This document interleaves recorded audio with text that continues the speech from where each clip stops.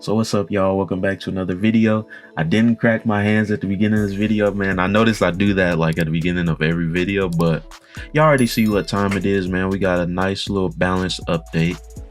And y'all know how we do. We just go through the cards individually, talk about each of them.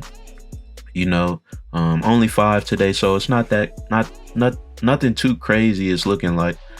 But yeah, we're just gonna read each of the cards changes, break it down a little bit. Can't get too in depth because I literally got like an online class in like 25 minutes from recording this. But yeah, man, let's get started. Y'all like, comment, subscribe, and let's do it. So Shadow King, they changed from 3 cost 3 power to 2 cost 3 power. I'm not sure how I feel about this before even reading the developer's notes, because it just means you can't use him on Silver Surfer anymore. And I did like him on that, like on Silver Surfer decks. Obviously, you can still use them on like Cerebro teams. And you're going to be able to get a little bit more mileage out of him because he costs less, right? So you're able to play him potentially at the end of the game with like another 4 cost, right? But yeah, I'm just not liking that cost reduction just for the Silver Surfer. But other than that, it looks good. Let's go ahead and read up on why they changed Shadow King in particular. Make this a little bit bigger. So yeah, from 3/3 to 2/3, same ability. So they're saying the recent surge in Shuri and the Collector has been good news for Shadow King, who is seeing play despite being relatively inefficient and occasionally reliant on revealing last. We decided to take a similar approach to what we did for Luke Cage and Invisible Woman, boosting his base rate to a level that players can justify playing in a wider range of strategies than Silver Surfer and Cerebro.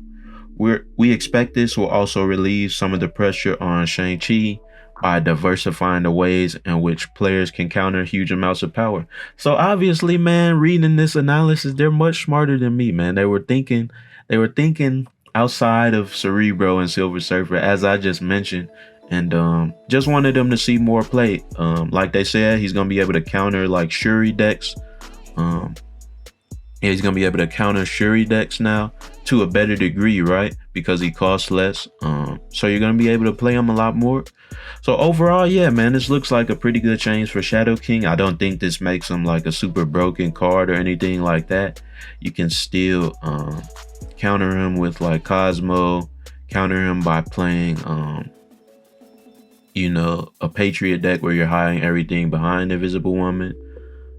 Things like that. Counter him with Luke Cage as well too, right? Because if you're boosting your card's power, his on reveal ability is not gonna be able to take place or take effect, right, if you have Luke Cage. So yeah, man, I like what they did with Shadow King. So up next, man, we got Lady Sif. They gave her a little bit of power, man. 3/4 to 3/5. I'm liking that. I'm liking that, man. Let's go ahead and read up on it.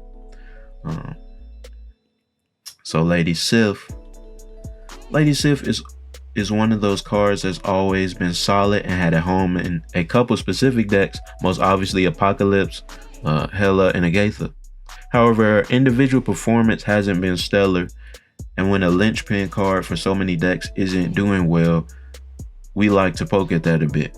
We don't feel this will upend the metagame or anything, but pushing some medium performance decks towards some time under the sun is one of the things we like to do via OTA. So let's try it out here. So yeah, man, I like the little power buff they gave her. The only problem with this thing is since they buff Lady Sif, right, there's really no reason to use Swordmaster now. Because I'd rather take, knowing which card you're discarding rather than Swordmaster, who just for 1 more power, he's a little bit more random, right? So it looks like they're potentially gonna have to do something to Swordmaster as well to make him, to not completely drain his usage with this Lady Sif buff, right? But yeah, man, I like it for her. I don't think, like they said, discard decks aren't really the most powerful outside of that MODOK discard. So just boosting the other discard cards, I'm in agreement with that, right? I don't think this makes her too crazy or anything. So yeah, man, it's a good change. Just how I feel like the Shadow King change was pretty good, right? So yeah, man, up next we have Spider-Ham. So um they brought him back to what he used to be, which was a scrubby, skillless card. So let's go ahead and read on why they wanted to do that, man. Why did y'all do that? We suspected the change in last week. Oh, but they still kept his new ability, right? So it's not the highest cost, it's still the leftmost, but they just made them cheaper. Let's read on it and then I'll talk about it.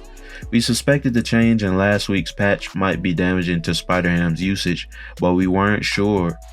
Probably something like 65% sure, but that's a fair amount of doubt. Given we had an OTA coming just 1 week later, we decided to launch the patch with his 2-2 stats, then buff to 1-1 if that week indicated he needed the help. It did, so here we are. So y'all gonna just see a lot more Spider-Ham scrubs on ranked, on conquest mode, right? You can use them on your little bounce deck. If you're using Khazar or something like that, you can add them to those type of teams. And although it's not gonna be, or it has the potential to be just as bad as it was when it was the highest, when it transformed the highest power card into a pig.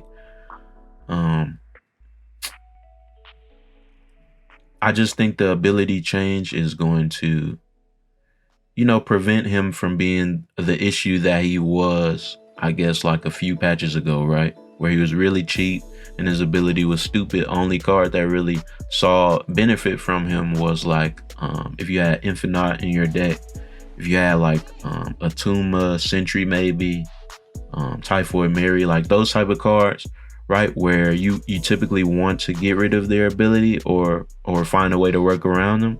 He helped those cards out, but everything else he, ruined. But they tamed down his ability and just returned him to his old form, which is, I don't know how to feel about Spider-Ham, to be honest. I don't like Spider-Ham. I don't have him, but even if I did have him, I wouldn't use him, right? So yeah, that's all about this card, man. Just an annoying card. I hope the change doesn't like make him broken or anything like that. But yeah, that's all on him. So up next we got Miss Black Cat. So from 3-7 to 4-9, same ability. Before even reading up on her cards, I'm not sure how I feel about it. Obviously she has more power, but now she could just be Shang-Chi, right? On top of that, she costs 4, so you're only gonna be able to use her if you pull her on turn 4, outside of if you have Hela, I don't really know how to say her name, or y'all know who I'm talking about, Ghost Rider. So on top of that, you can't use her on Silver Surfer anymore because she's a 4 cost. And if you want to, have the potential to use her on turn 3, you're gonna have to run Zabu, and like Zabu plus Black Cat is kind of a weird, it's kind of a weird combo, right? So let's read why they changed her. I kind of don't like it though, just based off what I just explained to you guys, right? But yeah, let's read why they changed her. Black Cat's been one of our weaker performing cards for a long time. That might not make it be something we can fix with the OTA, but we've played this version enough ourselves to at least be interested in seeing what develops, especially with a couple future cards coming forth. Yes, this makes you more likely to discard her than play her, but the only decks interested in Black Cat were already assuming that you'd be doing that. Increasing her power makes that a better perk, and the number 9 is especially apt for the feline femme fatale. I don't really know how to say the word, but y'all get what they're trying to say. Like I said, man, I really don't like what they did with Black Cat. It just opens her up to being used less and being able to be countered, right? I think if I were to change her, I would have just made her 3-8 instead of 4-9. That way you couldn't like Shang-Chi her. On top of that, we already have like cheaper cards that are just as strong, if not stronger, with restricting abilities, right? Like Ebony Maw, Like who's a 2 cost?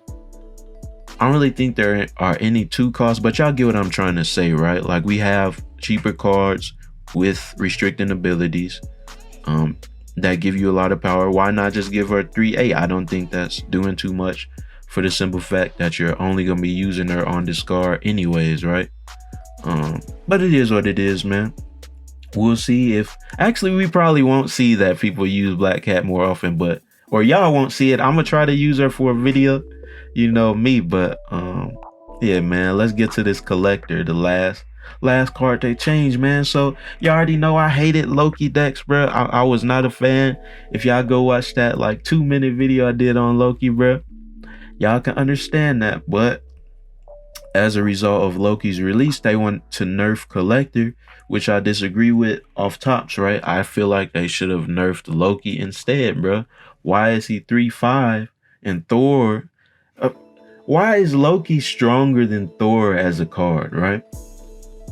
What, like, that makes no sense. I feel like if I was to make the changes, I would have just nerfed Loki, right? Either change something about his ability, or like make it so that the cards that he draws, the 4 cards that he draws, are the only cards you get. You know what I mean?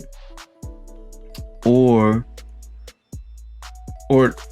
not that. Make it so that you copy the opponent's cards and not reduce the power of, or not reduce the cost of them, or you just nerf his power, right? Like, he has no business being 3-5 with such a great ability. I feel like he could be honestly 3-0, 3-1 and still be, you know, just as strong of a card as he is, man. But they decided to nerf Collector, which I don't like, and I'm gonna talk about why I don't like after I read why they did. Tanalier Tyven, is that his real name? Better known by the above moniker, has become the primary power carry in virtually every Loki-based deck. We're sure he'll still fill that role well enough with this change, but this should help other decks build boards that at least threaten to compete with him. It's a ding to use him in other decks, but that was already pretty low, and Loki will ensure that he always has 1 or more homes available. This change will also make him vulnerable to few counters, such as is it just end it?